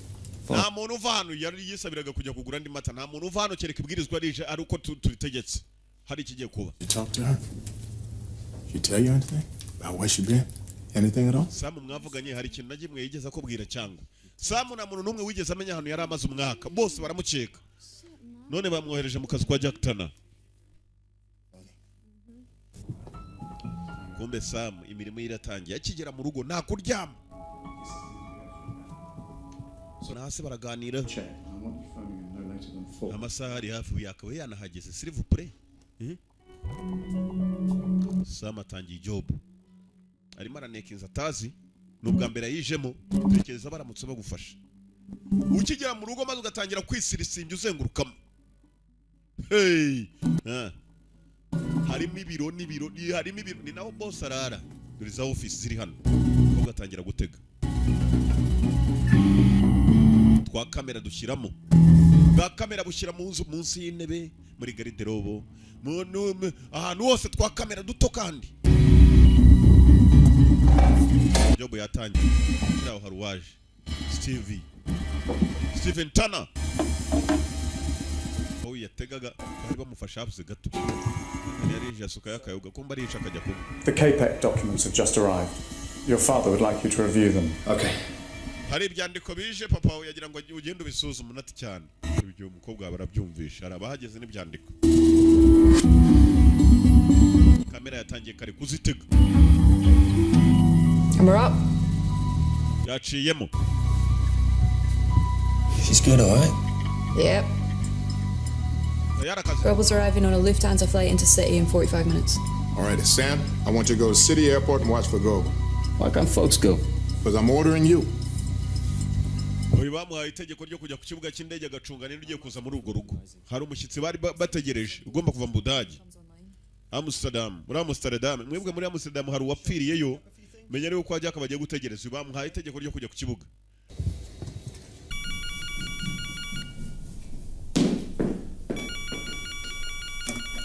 Rugo. Yes. Yega. That's right. Which? Where? Rekasha umubonye. Who is this? Uyu ninde? mu rugo kwa Jack Tana bahamagara bodyguard. Boss. What is it, Bingham? I have some good news. Mfite amakuru meza. Shit, scramblers are killing the audio. Amajwi ntabwo arimo kuvuga. Something's going on. Ari kijya mbere boss arasa n'urakaye. Boss bamubwiye ko ari amakuru meza bamufitiye niba ari amakuru nyabaki. Ategeka kubijyanye nayo makuru ariko asa n'urakaye. Babibonye mu mashusho. Sam amaze gutegatega inzu. Would you like me to read you a story? Utubwira gakuru. My mummy read them all to me. She's not alive anymore. I know. I'm sorry. Dad says you had a family. Ufite umuryango? I did. Nari ngufite. I did. They died too. Nawe barapfuye. They did. Barapfuye. They did. Barapfuye koko. They did. Byarabaye. Yes, yeah. You know, tomorrow, for your breakfast, we have every cereal, and whatever's your fauvorite, we probably have it. Ejo mu gitondo ukunda iki? Sidwa can go get it for you. Yose turabifite uriya mudamu arazijya kubikushakira. Nta kibazo. But I tell you what. Mbwira iki? The same thing as you. Ibyo ukunze nibyo nzarya. Okay. Sawa. See you tomorrow morning. Tuzabona nejo mu gitondo akana kumvishe ko nawe yapfushije. Kari kagiye kumuguzanira amaganya akabona nawe araza kukabwira ndi maganya akabamwihorera. Sleep tight. Uramuke? Sleep tight, uryame neza. Nawe uramuke? Mbese abantu bashobora kugenda ukamuganirira amaganya nakakuganirira nigeze gusanga yakuntu ryabwira Pipi ngo yanga yaje kabaye ngo buturajya wo gacwa we. Pipi nawe ati nanjye nabivumbuye kare ko kabaye nsigaye mbyinira mu magunira. Wona wasanganya ni video wawe ufite umutwe nk'uwambote. Filmira umuntu ukamucurangira amaganya akakubwira ndi kumbe dore wabundi bohereje ngo ajye ku kibuga cy'indege amenye ninde ujya kwa Jack Tana baramuteye ari nibiti barakubita abamushimuse ni bande yaravuye no kwigurira amata. Getty sleeping. Numwe mu bantu bakorana n'uyu mukobwa Sam. Thank you again. Koze nanone. Here's to you, Miss Kent. Call me Alex. Akira Madame Kent. Nyita Alex. Alex. Echa boss cyase cy'umwana cyarobye. He's arrived. Thank you. Yahageze. Uyu mukobwa maze atama gutwe hari uhageze. Sekisa. Seki, ninde? How was your trip? Urugendo rwari rumeze rute twakomerewe. This is Dr. Hurst. Nindura nk'uwaca kumbe. Umuntu wageze wa mugabo wishe umudage yaje mu kimbo cy'umudage. Uyu numwicanyi. Muri uru rugo. Miss Kent. Madame Kent, hari wamubwiye ngo uriya mudamu yitwa Kent. Undi ati Madame Kent muri aho. Uyu mugabo ni nawe washatse kwica Madame Kent. Mwibuka afite n'ifoto bamwohereje kuri telefone. Abantu bakuru nuko karangiye. Nakoze kuza murabeho. Ndabakunda ikurikirana n'uyiciko turacyakomeza. Yanga kandi from the one film production. Aka gafilime gasigara ari aka the one film production. Ikurikirana n'uyicikwe. Iyi ni season iratangiye ndetse turacyakomeje. Umwicanyi dusize abonanye na Kent niba mwicira hariya nibyo ntazi. Abonanye na Sam. Ntucikwe n'abandi ugenda babwira uti hari season nshya yitwa Hunted. Iyi yakatse muzayireba muzungurirwa urumva Yesu nababwiye ati bazungurirwa. How are we? No. Huh? We ready? I was born ready. Let's do this. Come on, Dave. What's the plan? Hey. We locate the toxin and action our escape strategy. That's what we got. Great. Lead the way. Bank robber, your job is to keep this covert and non-lethal as long as you can. Against the wall, quick! Whoa! Give it to him, Townley.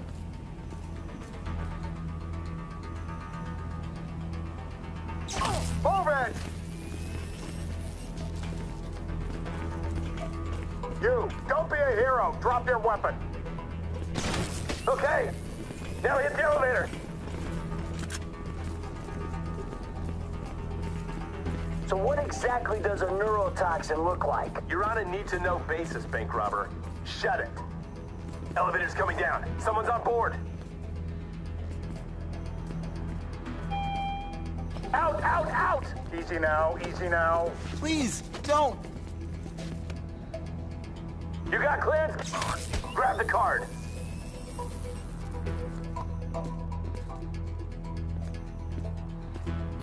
Now, up. How you feeling about this? I feel pretty damn fine. Yeah, if only your camera crew was here. Round to the right. Come on. Clear. Let's go. You see the lab geeks? I don't want trouble from these two.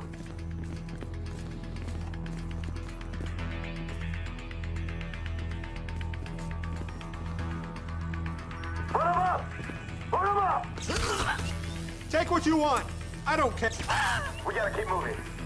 Along here and to the left. Let's keep moving. Up through here.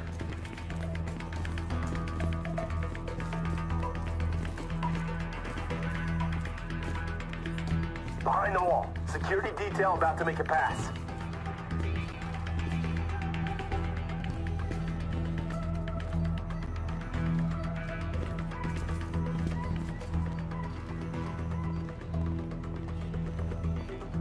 They're on us. Make a judgment call. I dare you. Just a little pinprick. What can a pinprick do? Ask the monkey. Go on. A tiny amount. Clear. We move forward.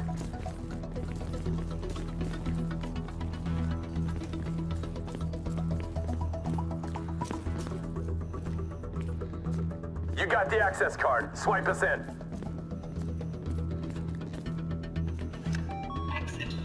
There's a lab rat in with the toxin. Let's do this.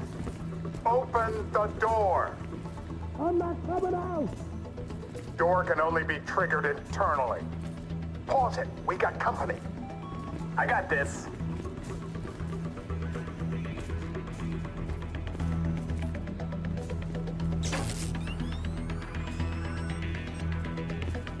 You!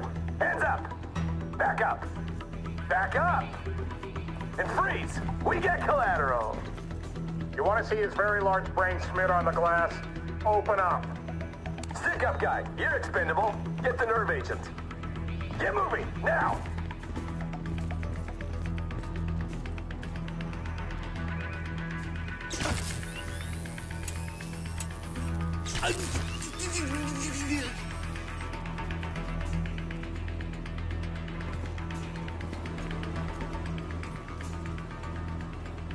This'll make me the most dangerous man in the country.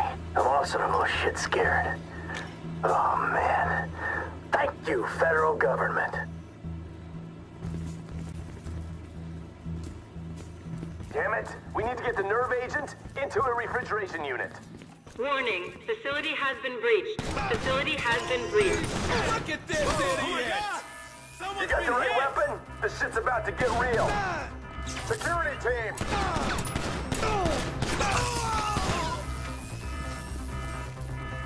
Come on, push through! We can't slow down! What the? You fucking idiot! I don't want to be around when Michael takes a bullet in the test tube. Oh no, I think Greg's hit! Let's go, let's go!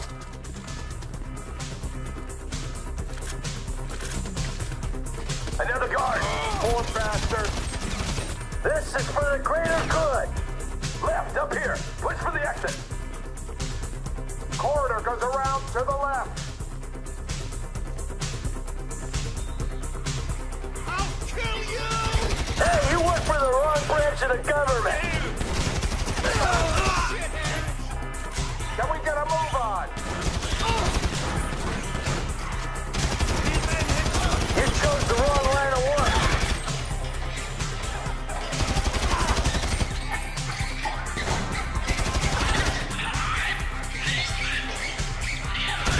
Hey, we gotta go. Can we go? Another couple of dogs. Retreat! You hit me in the wrong place and we're all fucked. Come on, let's go. Move to the north! This ain't a rescue mission, Abe! You're on your own! Get back from the door. Final search! Let's get that hot sauce from the frigo! Reinforcements should be arriving. Wouldn't be surprised if they had the whole county on lockdown. Just what I need. I got a nerve fucking agent in pocket and a battalion of soldiers on my ass. Do it! Let's go! No! Hell, it was just down the freeway.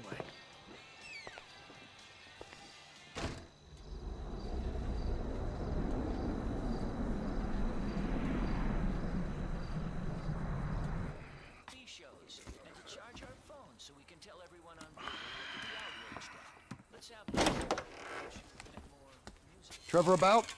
He's probably out somewhere drinking human blood or eating household pets. He's not that bad. Really? Well, okay, he is pretty bad. But he's got a sensitive side. Oh, yes, he's very sensitive. When he gets his feelings hurt, he's devastated. So what's your story? I ain't got a story. I'm an independent thinker. Living out here away from the man. From what I can tell, you're like a high school athlete. Living off old glories. You used to be able to manage heat. And now you're worried if your loafers are getting scuffed. Any more bullshit comes out of your mouth, you're gonna learn all about my past glories firsthand. You understand? Absolutely, sir. That came out wrong, all wrong. Tell Trevor the monthly train is coming through. What monthly train? The monthly train. Where have you two been? Getting some fresh air. Talking of beautiful things. Yes, I hear Stockholm Syndrome is very nice this time of year. Hey, watch your mouth, boy, all right? It's always been a dream of ours. The train of dreams. The hell are you talking about? I'm talking.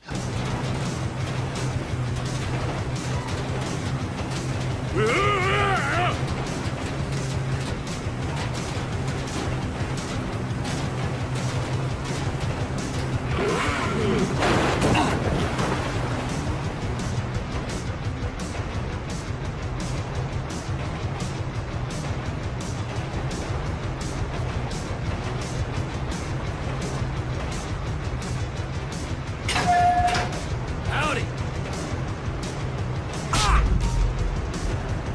There's a new conductor on this train. You on the water?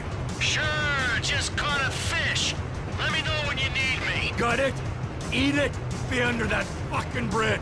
When we go past Toledo Station, whole of Merryweather's gonna be onto us.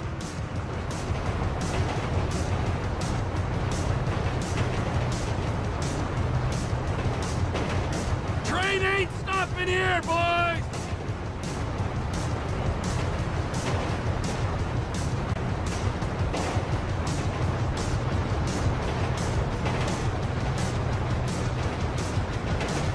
Em, I ain't far out. You under the bridge? Approaching the inlet now. I'm powered through to the bridge.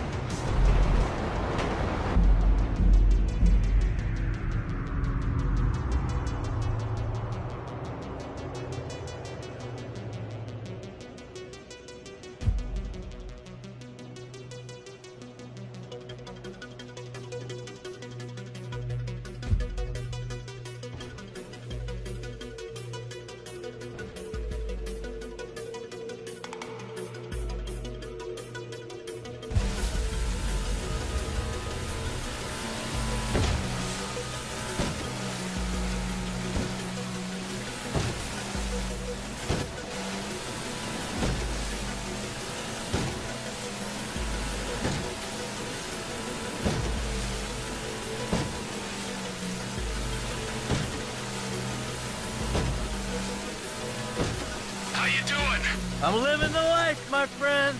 This is quite a spot you picked. Enjoy it now, because it's about to start raining fire.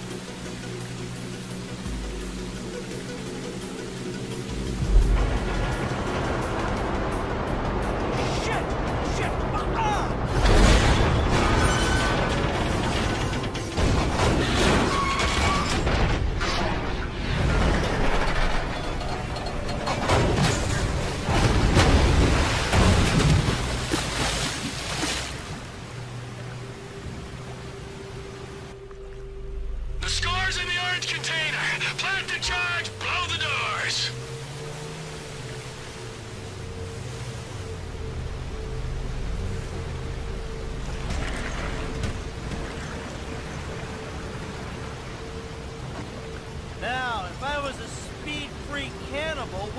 blow up a train to steal.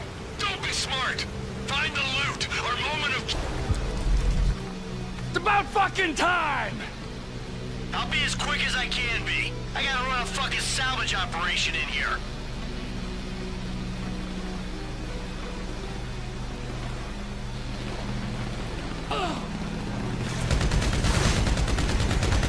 Merryweather fleet's here, bro!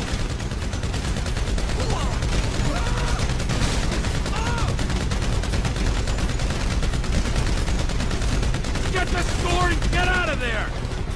I ain't struck gold or hard or anything yet!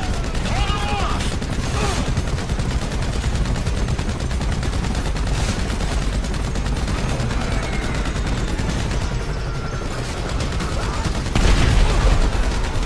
You wanna die in that block? Let's go! I'll find something when I find something! Hold them off!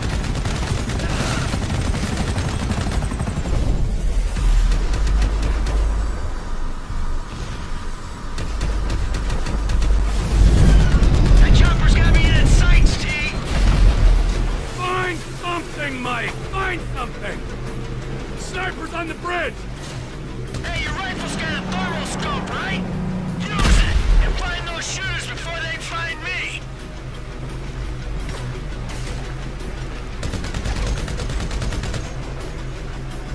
Hurry it up! Get some transport for us!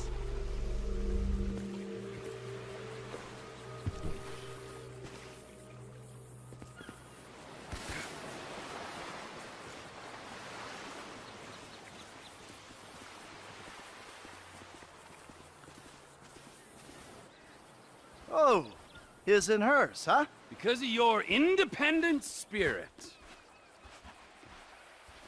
Hey, hey, hey, hey, hey! Hey, before you go, show me the loot. All right. It's perfect. Perfect for fucking what?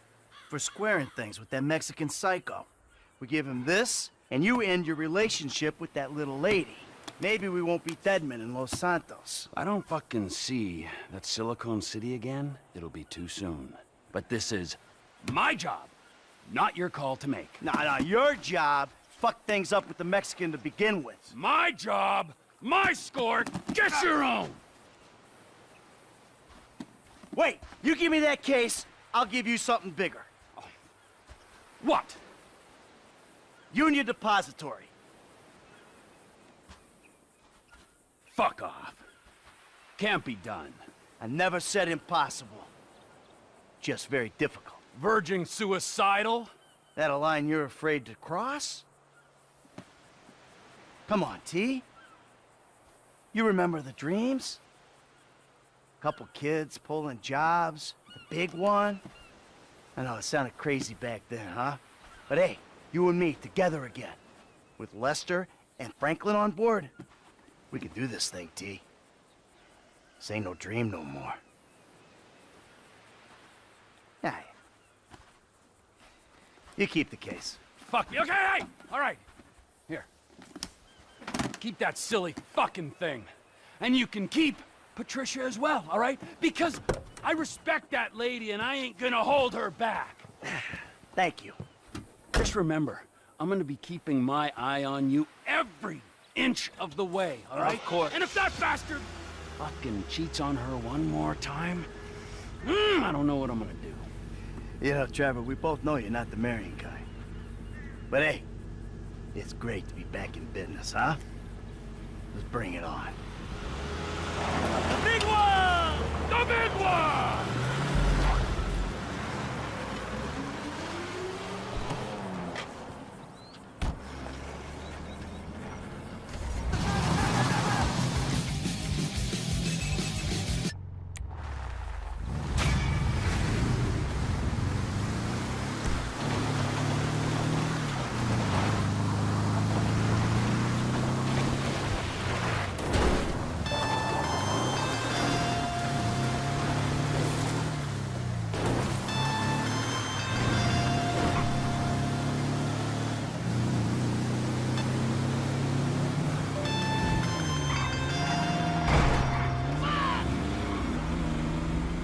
Hello?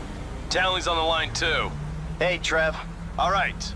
I need your whole crew over at Cape Catfish. We're moving on the chemical weapons plant. Nah. I just gave something to Lester. I need to deal with some stuff. Get back to Los Santos. Just, give me a week. We got the equipment with your Polito money. The gangbangers already on the way. The window's open, my friend, and you are jumping out of it. Shit. Los Santos ain't going anywhere, bud.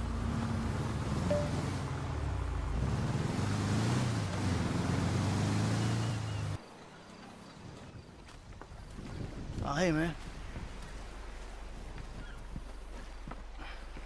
How you doing?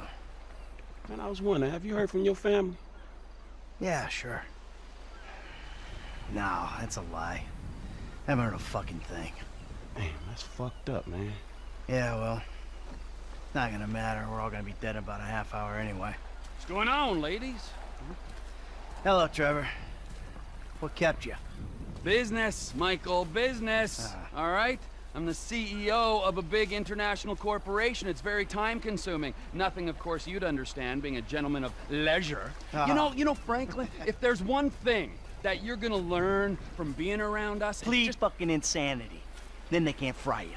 If you want something done, go to the busy man.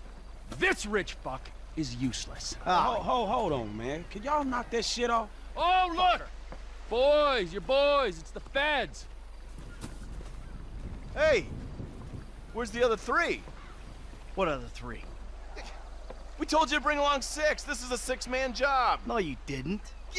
Dave did? No, Dave didn't. You said you'd do it. That is a frickin' lie. I do not get things wrong. All right, great. Then we're out of here. Fuck it. Let's go. You 3 can do it alone. And fuck you. You do your own dirty work. Hey, I do my dirty work every day, keeping the country safe from scum like you. And you're doing a great job, sir. Hey, you want this job done? Then come with us, huh? Come on, Mr. Leisureware, Mr. Depressed Accountant. Let's go save America. Who the fuck are we saving it from this time? This is the real deal. My sources are convinced there's a plot in international affairs, you know, the agency, and they're using this facility to make a serious nerve toxin. Bullshit. Yeah. Which they plan in their mind-blowing insanity to let a major terrorist release on a metropolitan area so they can continue to get funding. Nothing increases funding for fighting terrorism more than successful acts of terrorism. All right, so let me get this straight then.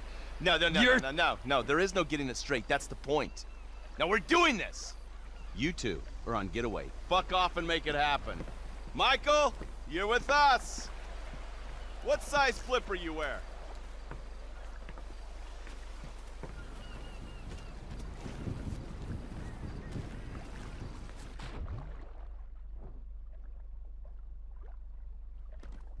Agent Norton, it's been a while since you were in the field. The sight of you in neoprene is something we save for our worst enemies. Shut up, I'll be fine. And you, get in. You're driving. Follow the coast to the south. It's not far.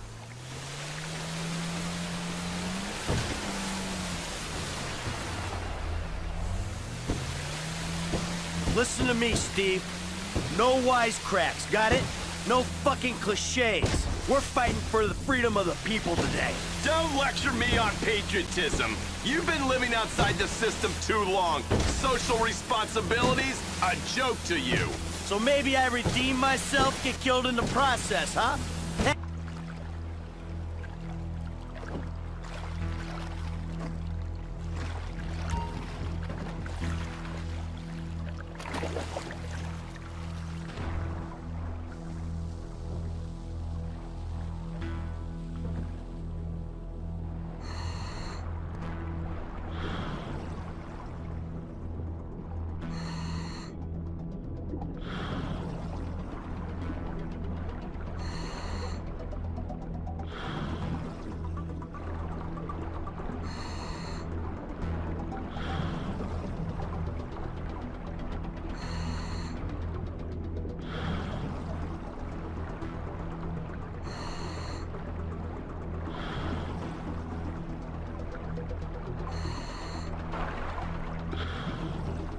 There'll be a grate over the outlet. Townley, you've got the cutter.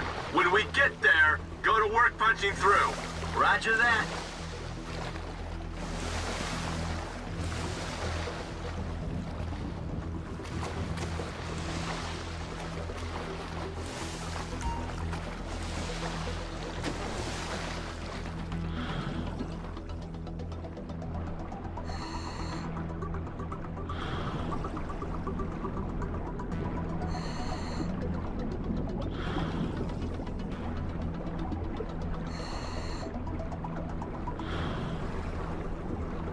I'm taking... That's burning at over 3,500 degrees. Yeah, thanks for the science lesson. Can I keep this for the next vault I hit? You've got a limited supply of gas in the cutter, so get this right.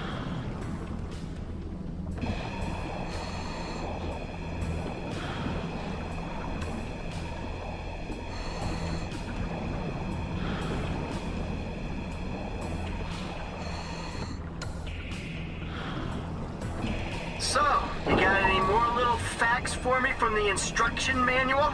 Thought you'd want some intel on the equipment we sourced using your hard-won funds. Ha! I figured it was all gonna go on a wardrobe full of windbreakers. Oh, and maybe some nipple clamps.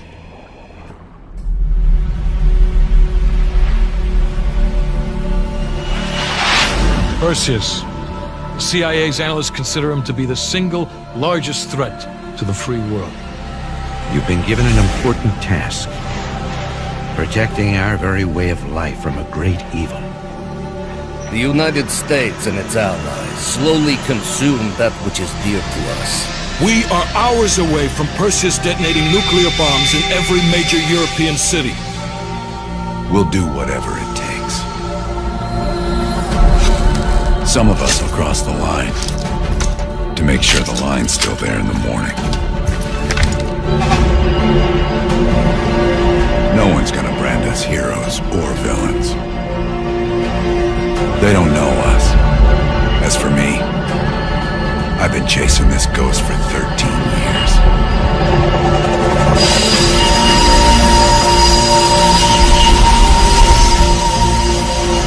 That ends now.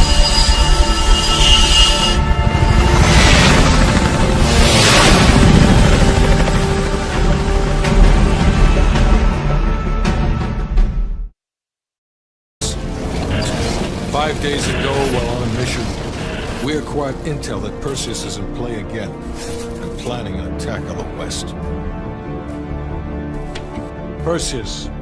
The CIA's analysts consider him to be the single largest threat to the free world. Mr. Hudson, we're all aware of Perseus. We're also aware he's more myth than fact. I mean, personally, I think he's nothing more than the Russian boogeyman. General Haig, allow me to introduce the man best suited to respond to that. CIA clandestine special officer Russell Adler. He's one of the few people who even come close to capturing Perseus. Mr. Adler, why should we take this Perseus threat seriously? You don't have to, sir. Yeah, then a lot of innocent people are gonna die. Why do you say that? Sir. Every time Perseus has come into play, it's shifted the balance of the Cold War. After 13 years of silence, if he's active, something big is gonna happen. Something that will affect the free world.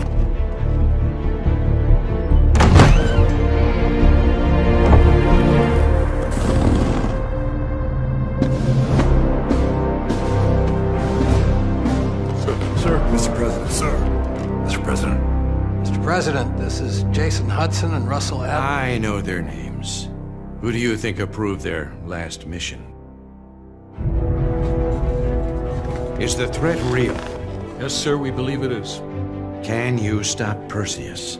We can, sir. I've already submitted the requisition for my team. Sir, their requests are highly irregular. Most likely illegal if the press gets a hold. What the hell are you talking about? You know who we are? Every mission we go on is illegal. Sergeant Woods, plausible deniability is the backbone of our work. Al, we're talking about preventing an attack on the free men and women of the world. Give Mr. Adler whatever he wants. Gentlemen, you've been given an important task. protecting our very way of life from a great evil. There is no higher duty, there is no higher honor. And while few people will know of your struggles, rest assured, the entire free world will benefit. I know you won't fail us.